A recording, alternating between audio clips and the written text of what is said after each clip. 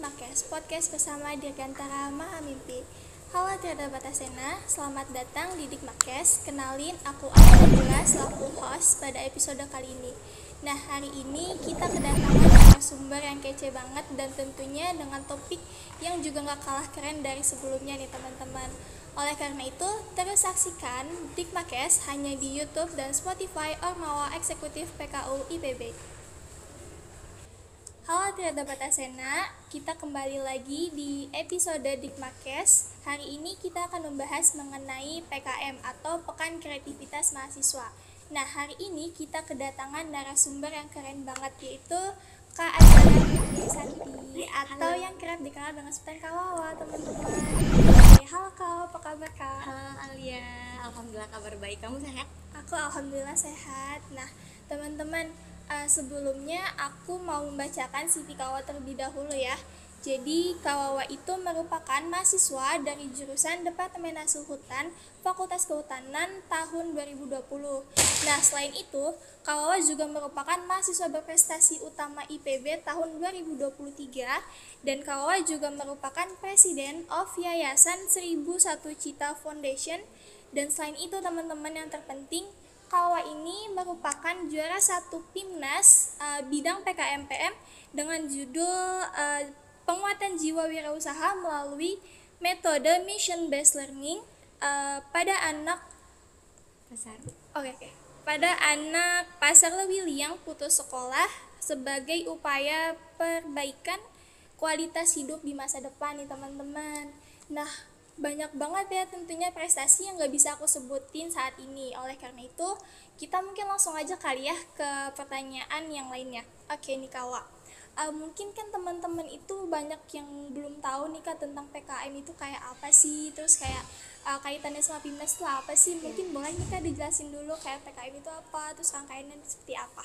Oke, thank you ya Alia untuk pertanyaannya. Jadi teman-teman, karena tadi Alia juga udah menyampaikan spoiler dikit ya, tadi PKM itu adalah program kreativitas mahasiswa, dimana itu kita akan tarung ide gitu ya. Jadi bahasanya itu tarung ide, yang mana idenya itu banyak bidangnya. Kalau misalnya kita suka di bidang pengabdian masyarakat, kayak aku interestnya di pengabdian masyarakat, itu ada namanya PKMPM, pengabdian masyarakat. Kemudian ada juga PKM riset eksakta, kalau yang suka-suka di lab nih biasanya. Atau ada juga PKM kewirausahaan bagi yang teman-teman suka bisnis, suka jualan kayak gitu. Jadi banyak banget, ada 8 bidang totalnya semuanya. Dan itu nanti kita mengajukan proposal. Jadi ide kita tulisin dalam proposal, kemudian kita submit gitu ya. Dan ini tuh yang menyelenggarakannya dari Kementerian Pendidikan kita. So setelah disubmit nanti bakal diseleksi tuh. Seleksi lagi. Dan fun fact-nya, setiap tahun itu tuh ada belasan ribu lebih proposal yang masuk. Dan itu nanti bakal dipilih beberapa doang untuk dilakukan tahap pendanaan. Jadi misalnya nih Alia ikut, kamu suka di bidang apa? Aku kebetulan sukanya di bidang itu juga Kak. Pengabdian masyarakat juga ya. Nah, kalau misalnya kamu ikut pengabdian masyarakat, itu nanti bisa proposalnya didanain. Kemudian kalau didanain, kita lanjut untuk pelaksanaan program gitu selama lebih kurang 3-4 bulan. Nah, setelah itu nanti bakal ada lanjut lagi namanya PKP 2, tahap pelaksanaan kemajuan program gitu. Jadi tetap kita ngelakuin program tapi dipantau gitu. Kita melakukan progress report gitu kepada penyelenggara. Nanti dari itu bakal dipilih siapa yang memenuhi kualifikasi untuk lanjut ke PIMNAS. Nah itu tadi, jadi PIMNAS itu kayak ending dari PKM yang sangat panjang itu. Iya betul. Nah biasanya PIMNAS itu kayak cuma 4-5 harian aja, dimana nanti di situ kita akan diseleksi lagi. Jadi kita presentasi, kemudian ada bikin poster, tanya jawab dan lain-lain. Kalau PIMNAS itu Pekan Ilmiah Mahasiswa Nasional, dan itu seluruh Indonesia. Jadi pasti kebayang ya teman-teman, kayak jumpa sama teman-teman dari kampus-kampus top yang ada di Indonesia dengan ide-ide cemerlangnya, dan kita harus tetap mempertahankan bahwa ide kita yang terbaik gitu. Jadi panjang banget ya Kak, bener-bener PKM itu kayak seleksinya itu juga banyak banget, mulai dari seleksi universitas, terus juga seleksi nasional, belum lagi kayak kita harus seleksi di PIMNAS juga nantinya. Oke, mungkin ke pertanyaan selanjutnya ya teman-teman. Di sini aku mau tanya nih Kak, gimana sih caranya Kakak menentukan ide untuk sebuah PKM biar kayak judul kita tuh kayak menarik gitu di mata juri? I see. Jadi menariknya memang karena aku itu concernnya di bidang pendidikan anak, kemudian sosial. Jadi emang basicnya itu pengabdian gitu ya. Nah karena basicnya di pengabdian, jadi emang udah sering untuk melihat permasalahan-permasalahan yang ada di masyarakat gitu melalui Yayasan 1001 Cita tadi. Nah ketika itu aku sebenarnya fun fact-nya ya, aku tuh tahu PKM tuh dari SMA. Oh, Iya, dari lama aku banget ya Kak tahu berarti. PKM, Pimnas, Filmapres itu tuh sebenarnya dari SMA. Karena pas SMA tuh aku kerja, yang mana di lingkungan kerjaku tuh isinya mahasiswa semua.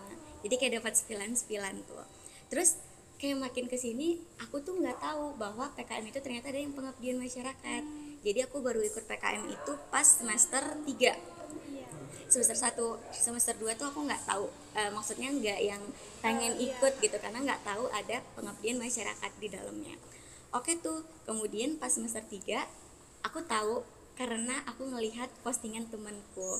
Jadi waktu itu karena kan Covid ya teman-teman 2020. Nah, mereka itu Pimnasnya online dan pengumumannya itu di gedung FEM, Oh, gedung kan FEM, di sini. auditorium FEM itu. Oh, iya. Nah terus kayak aku melihat pas nama temanku disebutin, kebetulan namanya Chensa, pas nama Chensa disebutin kayak PKM PM juara 1 setara emas Chensa kayak gitu, dan semua itu happy, seruangan tuh bangga, terus aku yang kayak ikutan bangga kan ngelihatnya. Oh ternyata ada PKM pengabdian masyarakat, akhirnya aku ikut. Nah karena aku udah punya beberapa permasalahan yang ada, akhirnya aku coba bentuk tim dan menelusurin permasalahan itu emang beneran ada atau udah ada solusinya gitu. Jadi emang karena latar belakang suka pengabdian makanya ketemu. Oke, jadi memang kadang ide itu muncul kalau misalkan dari kitanya juga udah punya interest ke situ ya Kak. Ya, Jadi benar. kayak gampangnya tuh kayak kita punya interest untuk ke situ, jadi kita bisa mengembangkan idenya untuk nanti kita olah lagi, kita telusuri lagi kira-kira solusi yang tepat itu apa sih. Oke, mungkin yang selanjutnya ya Kak. Kan kalau di PKM itu apalagi PKM PM dan lainnya itu kan pasti ada mitra ya Kak. Iya benar. Nah betul banget. Terus gimana sih Kak cara Kakak nentuin mitra yang cocok? Karena sejujurnya aku juga kemarin ikutan PKM PM. Iya. Iya. Terus Aku gimana? ikutan PKM PM. Terus kayak kita tuh sempet kebingungan gitu gara-gara mitranya tuh ternyata udah pernah masuk ke Pimnas. Jadi kayak itu tuh bener-bener dihamin satu gitu. Terus kayak mau gak mau kita kayak pusing kan Kak, kayak kita harus cari tahu lagi kayak mitranya tuh yang mana. Terus akhirnya mau gak mau kita pakai mitra yang udah itu, tapi dengan apa ya, kayak memberikan solusi yang berbeda gitu. Jadi mungkin teman-teman untuk menghindari hal itu kayak gimana sih caranya untuk menentukan mitra, sama kayak kita tuh tahu mitra yang cocok tuh kayak gimana gitu Kak.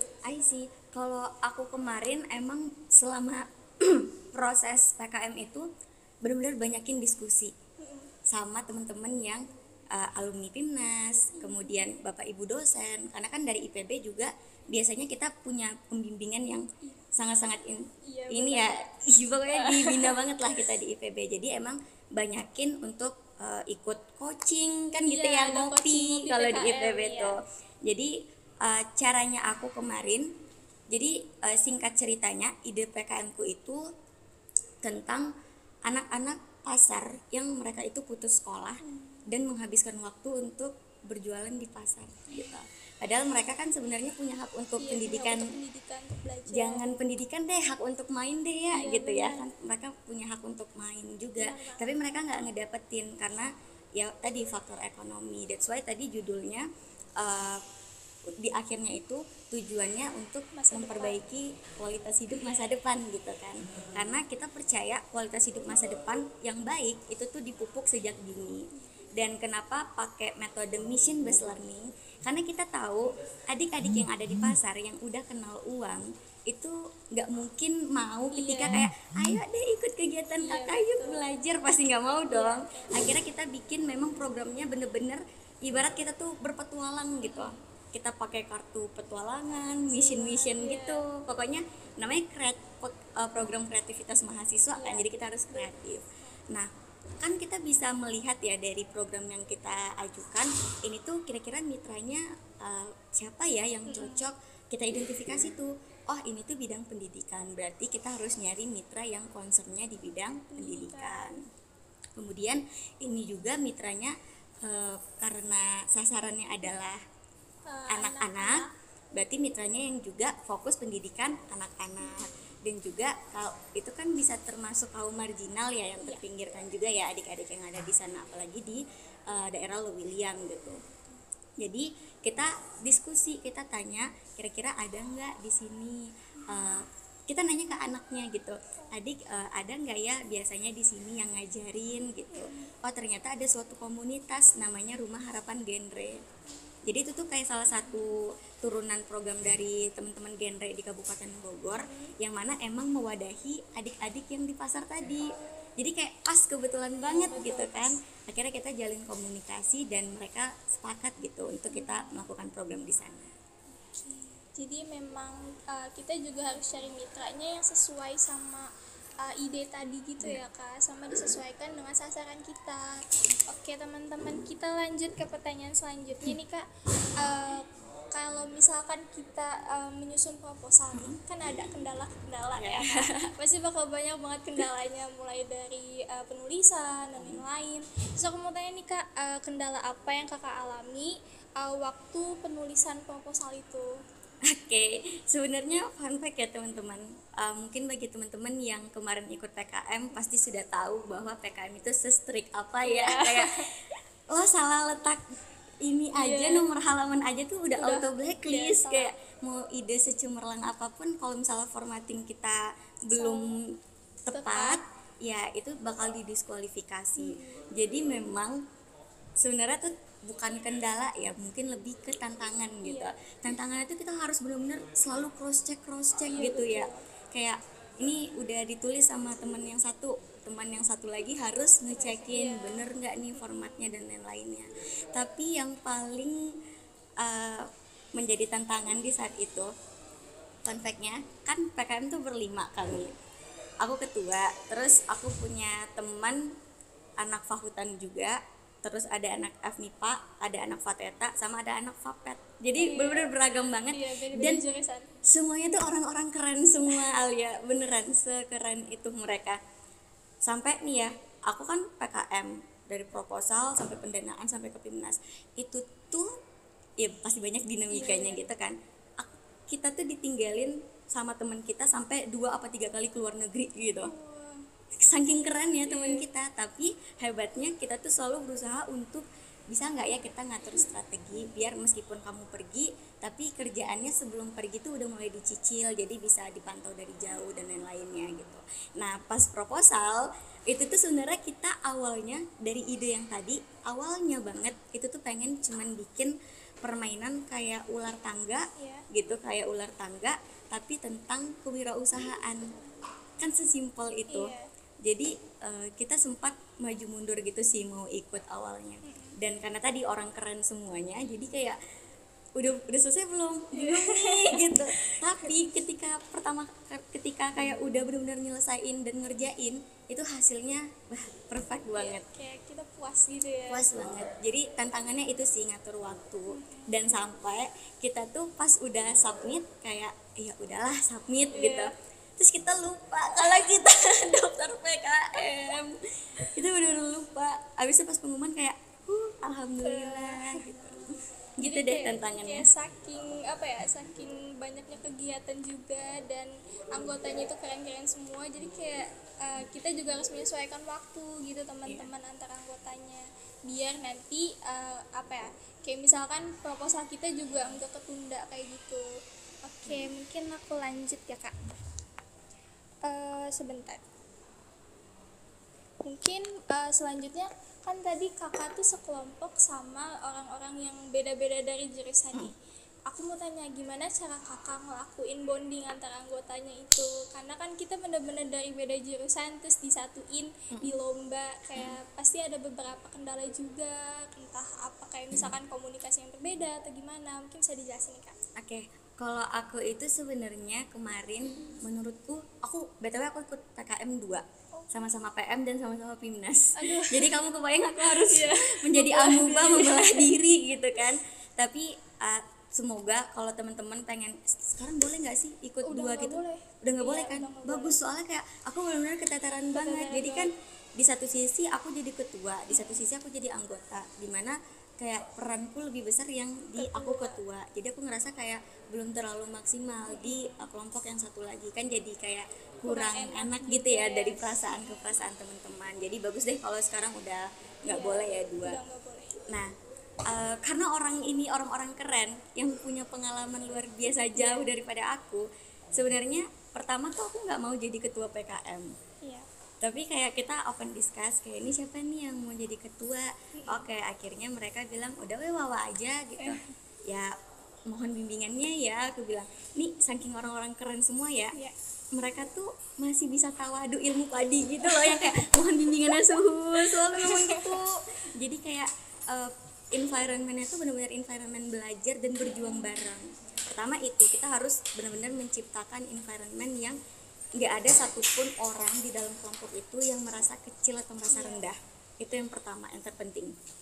Terus yang kedua adalah samain tujuan. Di awal tuh kami bilang bahwa ikut PKM yang dikejar bukan emas ya, tapi kebermanfaatan.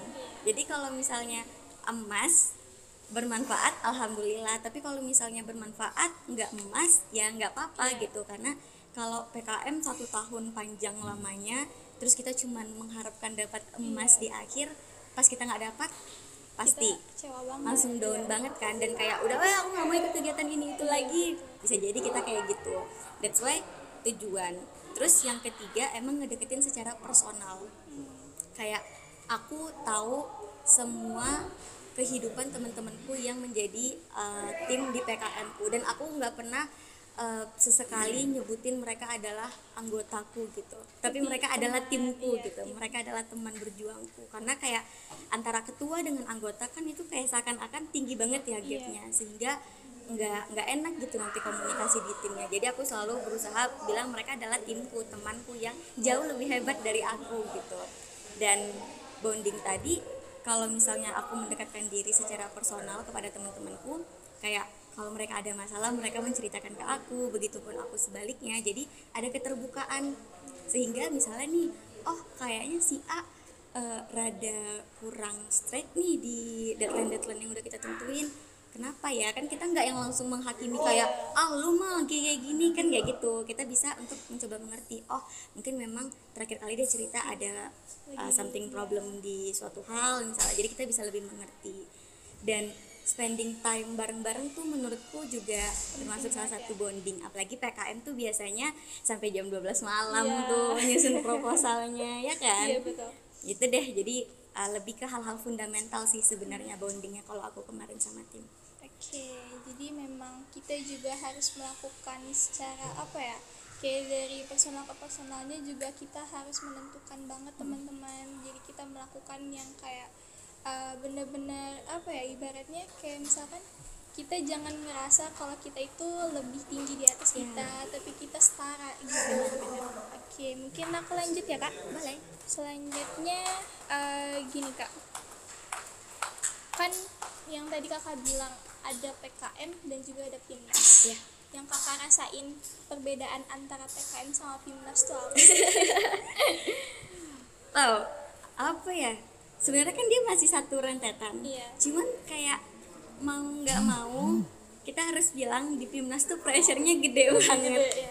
Tapi jangan takut ya teman-teman. Maksudnya tuh sebenarnya IPB tuh udah di atas rata-rata banget.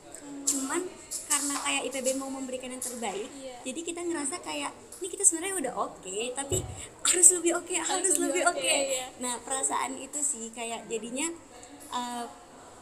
kita nggak boleh cepat merasa puas dengan hasil latihan presentasi kita, hasil tanya jawab kita. Dan fun fact-nya kalau teman-teman ikut PKM sampai ke Pimnas, biasanya latihan di tingkat IPB itu tuh jauh lebih sulit. Kayak pertanyaannya tuh sesulit itu di tingkat IPB. Nih fun fact-nya ya, Alia dulu pas di tingkat IPB kan kami sering latihan pas persiapan untuk Pimnas tuh. kan aku tentang anak ya, tentang wirausaha pada anak. Jadi kami tuh ngajarin adik-adik tentang kewirausahaan. Jadi harapannya tetap memotivasi mereka untuk mereka tetap pengen balik ke sekolah, tapi tetap ngajarin wirausaha karena mereka kan deket tuh sama pasar. Jadi hal yang paling mereka passionate adalah wirausaha. Terus tuh sampai dapat pertanyaan dari bapak ibu reviewer yang ada di IPB bilang gini, itu kamu pengen anak-anak balik ke sekolah tapi kamu ajarin jualan, terus kalau mereka jualan apakah itu tidak eksploitasi anak? Itu pertanyaan paling sulit banget sih. Iya, dan aku kan jujur berkecimpung di dunia anak tuh mulai dari SMP akhir sampai sekarang, jadi lebih kurang sebenarnya udah hampir 7 tahunan. Tapi kayak pas mendapat pertanyaan itu, Kayak ya ngeblank gitu, Allah, kayak bingung. kenapa ini? Tapi pas di nasional PIMNAS yang ditanyain apa, kan kami nyaranin adik-adiknya buat ngambil paket A gitu, paket C ya kalau SD gitu, di SD paket C. Kenapa disaranin anak-anaknya berpaket C gitu, terus kayak kenapa yang disaranin kenapa mengambil tema wirausaha, kayak gitu-gitu. Pertanyaan yang kayak secara menyeluruh gitu. Iya, yang sifatnya umum banget. Jadi itu bersyukurlah kita ada di IPB karena mental kita sudah tergembleng di tingkat IPB. Thank you Bapak Ibu. Oke, mungkin ini satu pertanyaan terakhir nih Kak, tapi agak panjang juga. Oke. Oke, aku mau nanya ini Kak, tips and trick untuk kita ini kayak gimana sih biar kita pede sama proposal yang kita punya, kayak dengan ide kita dan lain-lainnya. Terus kayak gimana caranya kita kayak semacam memotivasi diri kalau misalkan kita tuh bisa nih untuk lolos PIMNAS kayak gitu-gitu Kak. Oke, pertama, kalau kamu mahasiswa, please selama 4 tahun cobain join PKM karena banyak banget soft skill maupun hard skill yang didapat. Aku tuh bisa jadi pinter formatting untuk sekarang lagi nyusun skripsi tuh karena PKM. Terus kayak kan sebelum ikut Pilmapres aku ikut PKM dulu. Nah, pas di Pilmapres kan juga pressure-nya cukup tinggi ya karena kita sendiri kan presentnya, meskipun di balik kita banyak orang yang ngebantu, cuman pas di depan juri kita sendiri, beda sama PKM yang bertim. Dan aku nggak tahu gimana jadinya aku di saat itu kalau aku tidak ikut PKM. Mungkin kayak aku nggak punya mental sekuat itu, resilience-ku juga tidak akan sekuat sekarang kalau aku nggak ikut PKM yang sampai ditanyain sampai mentok gitu. Mungkin aku nggak akan bisa se-resilience itu. Nah, tipsnya adalah pertama, kalau misalnya teman-teman punya ide, komunikasikan ide itu ke teman-teman sekitar, jangan disimpan sendiri karena bisa jadi hasil dari komunikasi ke orang-orang itu tuh nambah insight baru ke kita. Kayak contohnya aku tadi yang cuman pengen bikin permainan ular tangga wirausaha, malah jadinya suatu program yang emang buat pendidikan anak-anak. Terus yang kedua adalah cari teman-teman yang emang sefrekuensi dan pada bidangnya masing-masing, karena pembentukan tim itu tuh sangat mempengaruhi hasil dari proposal kita. Kebetulan karena PKM itu maksimal 5, kalau tips dari aku kemarin adalah pertama, pasti ketua yang bisa nge-leader ya, yang bisa jadi leader, yang bisa nge-handle maintenance atau monitoring gitu. Terus yang kedua, make sure teman-teman itu punya orang yang bisa di kepenulisan, yang ngerti di kepenulisan itu gitu. Pasti kamu ngerasa juga kan Alia, di kepenulisan. Terus yang ketiga, di administrasi. Mau administrasi biasa ataupun administrasi keuangan, karena balik ya PKM itu banyak banget berkas-berkasnya. Terus yang keempat, orang yang jago desain. Itu juga. Nah, karena semakin banyak desain di kamera kita, semakin banyak desain di proposal kita, kan si proposalnya tuh jadi lebih berwarna, jadi lebih menarik gitu untuk dilihat. Terus yang terakhir, orang yang emang sering di lapangan, yang bisa ke masyarakat gitu. Kalau komposisi timnya udah tuh 5 itu, insya Allah lah bisa tuh dilanjutin sampai PIMNAS. Tapi balik ya, itu untuk skema PKM-PM. Nanti mungkin ada penyesuaian-penyesuaian untuk skema PKM lainnya. Itu. Terus yang selanjutnya adalah make sure kita tuh punya keunikan di proposal kita. Jadi kalau misalnya PKMPM, aku bicaranya lingkup PKMPM, itu tuh setidaknya ada 2 peraturan yang kayak harus diingat sama anak-anak PKMPM. Pertama, kamu harus bisa cari mitra yang unik. Yang kedua, kalau kamu nggak dapat mitra unik, pastikan program kamu yang unik gitu. Jadi antara 2 itu, kalau nggak programnya yang unik, mitranya yang unik. Nah, kita coba kulik yang di tahun aku kemarin itu mitranya unik. Adik-adik putus sekolah, anak pasar gitu, anak pasar putus sekolah. Terus programnya juga unik gitu, pakai mission based learning. Jadi dapat tuh udah 2 peraturan itu tuh, peraturan tidak tertulisnya. Jadi itu tips and triknya. Terus yang terakhir banget adalah make sure kita punya timeline yang benar-benar disepakatin bersama. Karena kalau enggak, ya nanti keteteran, bahkan kayak last minute mau upload pun masih tetap sempat-sempatnya kita revisi. Kan jadi capek sendiri gitu kan. Jadi make sure kalau misalnya kita pengen ikut kompetisi yang panjang seperti ini, kita punya komitmen yang kuat dan kita komunikasikan komitmen itu sama tim kita. Gitu ya. Oke, jadi mungkin itu aja teman-teman. Untuk kesimpulannya, jadi PKM itu benar-benar banyak banget bidangnya. Kalian itu bisa jadikan PKM itu sebagai sebagai ajang kalian untuk lebih memberikan kalian kesempatan untuk belajar, untuk memperoleh prestasi dan lain-lainnya. Jadi kalau kata kawan tadi, pastiin kalian selama 4 tahun berkuliah itu kalian ikut PKM karena kalian bakal banyak banget dapet insight di sana. Jadi mungkin sekian ya teman-teman episode kali ini. Dari Kawa, adakah closing statement? Closing statement aku adalah menjadi mahasiswa itu sebuah privilege teman-teman, dan jangan sampai sia-siakan privilege itu. Jangan sampai kehadiran kita tuh tidak bisa dirasakan oleh masyarakat, karena balik lagi kita insan yang terdidik. Maka dari itu, untuk menunjukkan bukti bahwa kita hidup, kita harus mendidik juga orang-orang yang perlu dididik, terutama orang-orang lingkungan di sekitar kita. Oke, mungkin sekian ya teman-teman. Sampai jumpa di episode Dikmatke selanjutnya. Sekian dari aku dan